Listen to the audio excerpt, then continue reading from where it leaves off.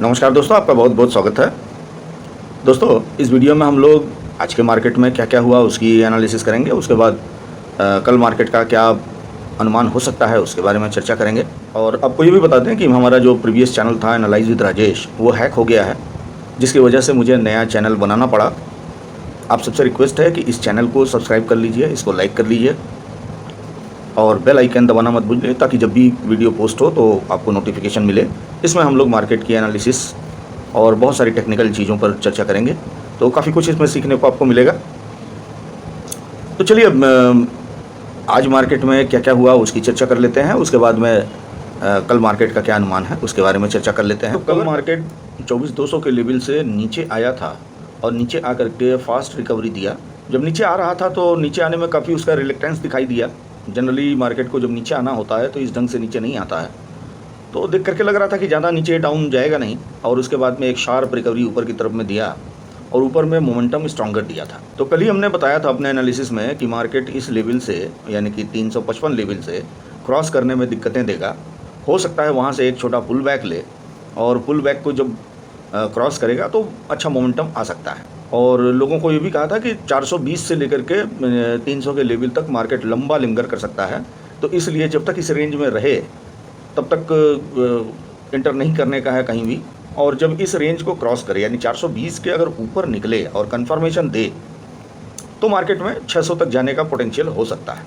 हालांकि ये भी कहा था कि कोई नेसेसरी नहीं है कि 600 तक जाएगा ही। हमने लिखा था कि अगर ऐसा होता है तो can expect 24,600, however no bet keep trailing. तो मार्केट 420 के ऊपर तो निकला, लेकिन उसके बाद वहाँ से फॉल्स मूवमेंट दिया, यानी कि ऊपर से रिजेक्शन दिया 24,464 लेवल से, और वापस आकर के 355 के नीचे ही क्लोजिंग दिया। ये नीचे जो क्लोजिंग दिया है और इतना लंबा लिंगर करते रहा, ये शुभ लक्षण नहीं है। ऊपर से रिजेक्शन हुआ है तो इस बात की पॉसिबिलिटी बढ़ जाती है कि मार्केट 24,200 और या उसके नीचे जा सकता है, जिसमें कि 24,200, 24,130 और 24,000 का लेवल है। तो मार्केट में डिसिसिव मूव तभी आएगा जब मार्केट 24,465 के लेवल को क्रॉस करेगा। इसको क्रॉस करने पे सामने 24,600 की बड़ी बाधा है। 24,600 को क्रॉस करना मार्केट के लिए थोड़ा मुश्किल होगा, क्योंकि ये काफ़ी स्ट्रॉन्गर रेजिस्टेंस है। तो अभी प्रॉपर मोमेंटम रहेगा ऐसा कहा नहीं जा सकता है। इस बात की पॉसिबिलिटी ज़्यादा हो सकती है कि मार्केट 192, 24,130 या 24,010 के लेवल को टच करे। ऊपर जाने के चांसेस तभी बनेंगे जब मार्केट 24,464 के लेवल को क्रॉस करे, और उसमें भी 24,600 तक पहुंचने के ज़्यादा से ज़्यादा आसार हो सकते हैं। बैंक निफ्टी के बारे में मैंने ऑलरेडी कहा था कि 56,400 का लेवल इसके लिए एक रेजिस्टेंस का काम करेगा। तो मार्केट 56,400 लेवल को तो टच किया, लेकिन वहाँ से स्ट्रांगली रिजेक्ट हुआ। तो यहाँ से अगर ये 56,400 के लेवल को क्रॉस करता है तो अच्छे मूवमेंट के आसार दिखाई दे सकते हैं। लेकिन जैसा कि निफ्टी में हम लोगों ने देखा कि रिजेक्शन स्ट्रॉन्गर है और मार्केट के नीचे आने के भी आसार बन रहे हैं, तो फिर 55,400, 55,000, 54,600 तक इसमें गिरावट हो सकती है। लेकिन अगर ये 56,400 के लेवल को क्रॉस किया तो 57,000 का लेवल इसके लिए स्ट्रॉन्ग रेजिस्टेंस बनेगा। 57,000 क्रॉस करना मुश्किल होगा, बट 57,000 तक इसका मूवमेंट हो सकता है। देखिए, अपने देख पा रहे हैं कि बैंक निफ्टी में स्ट्रॉन्गर फॉल हुआ, और स्ट्रॉन्गर फॉल के बाद मार्केट अभी ऊपर जा रहा है और प्रीवियस कई स्विंग को ब्रेक कर चुका है। खास करके जो मेजर स्विंग है ये इसको ब्रेक कर चुका है। तो इसलिए आसार ज़्यादा बनते हैं कि ये ऊपर जा सकता है। हो सकता है एक आध दिन बीच में लिंगर करे। निफ्टी मिड कैप का मैंने पहले ही बोला था कि ये 14,500 से ऊपर जाएगी। तो अगर 14,430 को क्रॉस करती है तो 14,500 से ऊपर जाना लाजमी, और ये जो है 14,570 के आसपास तक गई थी।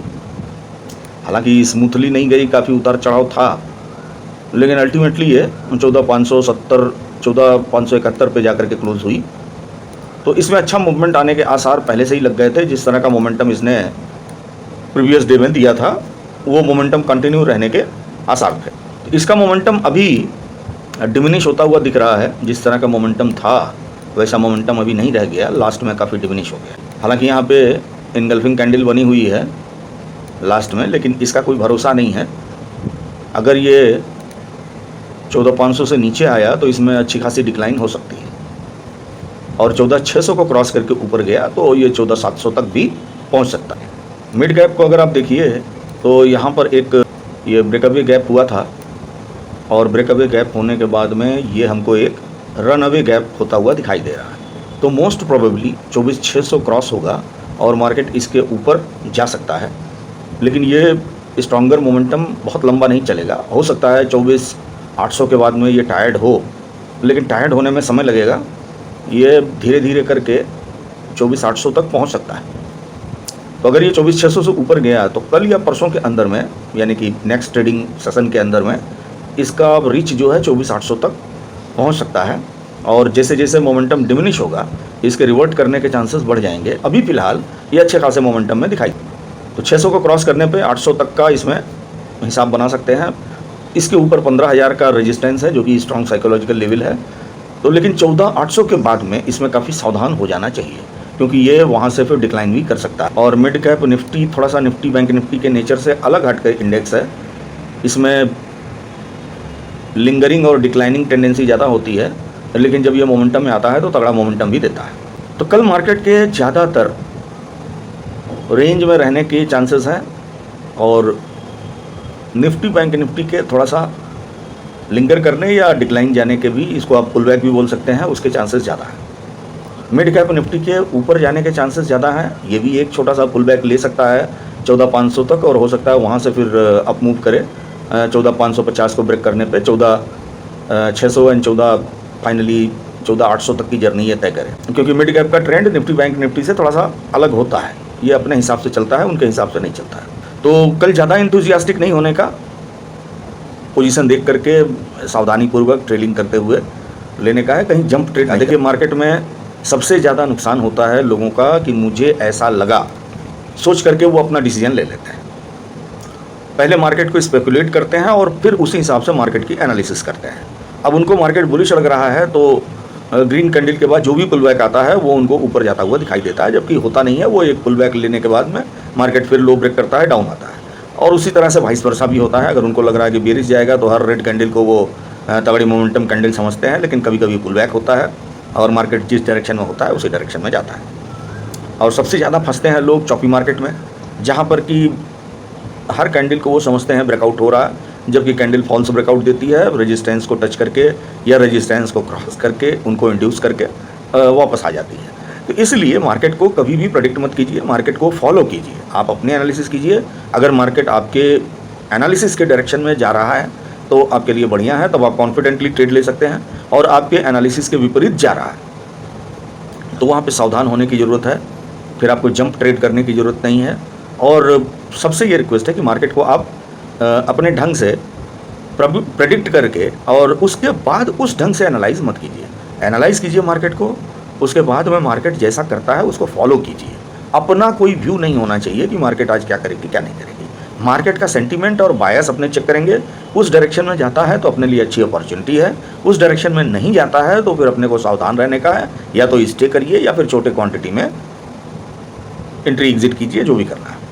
ये सावधानियां रखेंगे और साथ में अपना लॉसेस फिक्स करने के बारे में सबसे पहले सोचिए, क्योंकि लॉसेस छोटे छोटे होते हैं लेकिन काफ़ी गंभीर होते हैं, उनकी फ्रिक्वेंसी काफ़ी होती है और प्रॉफिट की फ्रिक्वेंसी काफ़ी कम होती है। तो इसलिए लॉसेस को टॉलरेट नहीं करने का, एक सर्टेन लिमिट से ज़्यादा लॉस नहीं लेना चाहिए चाहे जो हो। और दोस्तों ट्रेडिंग में सबसे बेहतरीन ट्रेडिंग होती है स्विंग ट्रेडिंग, क्योंकि उसमें एक तो टाइम का कोई हैसल नहीं रहता है और रिटर्न काफ़ी अच्छे आते हैं। अगर आपने सही मार्केट ट्रेंड में सही स्टॉक्स का सिलेक्शन किया तो काफ़ी अच्छे रिटर्न आपको मंथली आ जाते हैं, जो कि आपको ऑप्शन ट्रेडिंग से कमा पाना काफ़ी मुश्किल है। देखिए डेरिवेटिव ट्रेडिंग में आप जानते हैं मोर देन 99% लोग एफडी रिटर्न से ज़्यादा नहीं ले पाते हैं।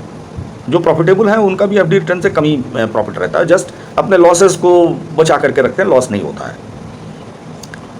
लेकिन स्विंग ट्रेडिंग में अगर आप प्रॉपरली स्विंग ट्रेड कर रहे हैं, बढ़िया से स्टॉक सिलेक्शन अच्छा हो, आपकी एंट्री एग्जिट की जो स्ट्रेटजी है वो बढ़िया है, आपके रूल अच्छे हैं, आपके जो रिस्क मैनेजमेंट वगैरह है, जो मनी मैनेजमेंट है, पोजीशन साइजिंग है, वो काफ़ी अच्छी है, तो 5 to 10% का रिटर्न मंथली बना पाना कोई डिफ़िकल्ट नहीं होता है। ये एक एवरेज है, बेटिंग नहीं है कितना आएगा ही, एक एवरेज इस ढंग का आता है। मार्केट अब अच्छी जा रही है तो ज़्यादा अच्छा आएगा, मार्केट ठीक नहीं जा रही है तो कम आएगा, इस ढंग से एक अच्छा रिटर्न आप एनुअली इसमें कर सकते हैं if you are doing it properly. अब बाकी रिस्की तो वही है, गलत ढंग से करिएगा तो हर चीज़ में नुकसान होगा।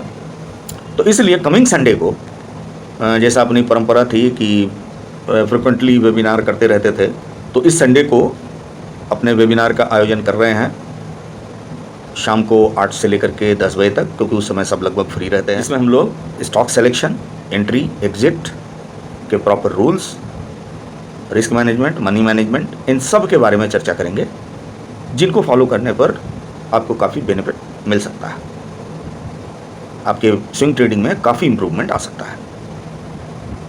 तो लिंक डिस्क्रिप्शन में दिया हुआ है गूगल मीट का।